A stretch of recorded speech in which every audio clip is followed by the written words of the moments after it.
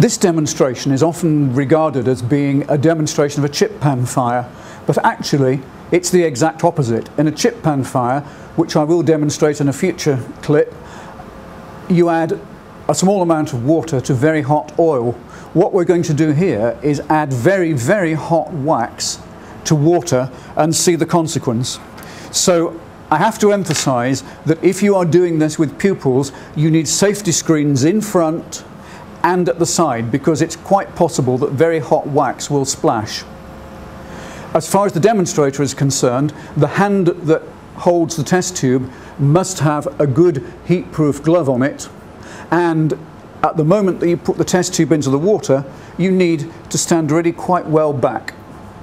If you observe those safety precautions and ensure that the tube is pointing upwards, once again, all of the force of it's not an explosion, but the fireball will rise upwards and well away from you, and it's perfectly safe. But as always, I should emphasize that standard school risk assessments do not cover these demonstrations. Though they are completely safe, you will need to write or obtain a separate risk assessment for them, because your school's risk assessment simply doesn't cover this kind of chemistry. So we take wax. I'm using pleasantly scented red wax because it's what I happen to have, but any old wax will do. And you have to get this very, very hot. It's not enough to melt it, you actually want it boiling in a good, stable, rolling boil.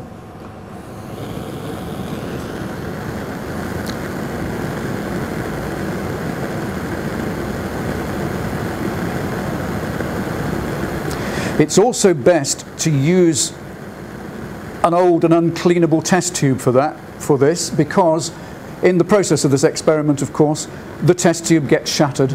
So use one that you can spare, that no one's going to complain about wasting money.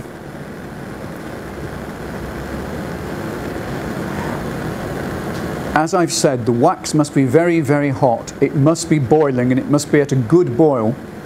If during this process the wax vapor at the mouth of the tube catches fire, again, this isn't a cause for panic, just quietly blow it out.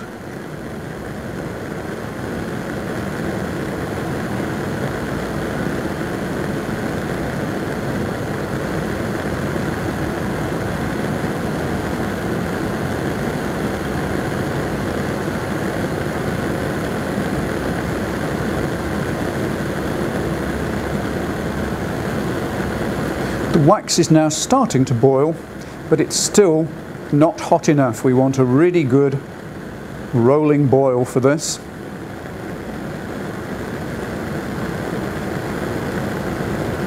We're getting there now. And into the water.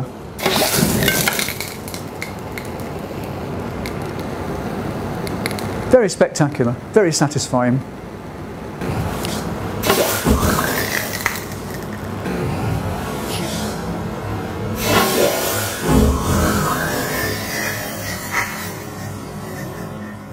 Let me emphasize again the safety precautions that are necessary to do this experiment safely.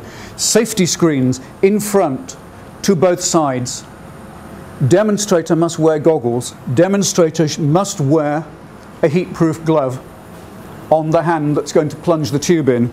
And as you do so, step back and go down so that the expanding fireball develops completely clear of you in the standard mushroom sort of a way.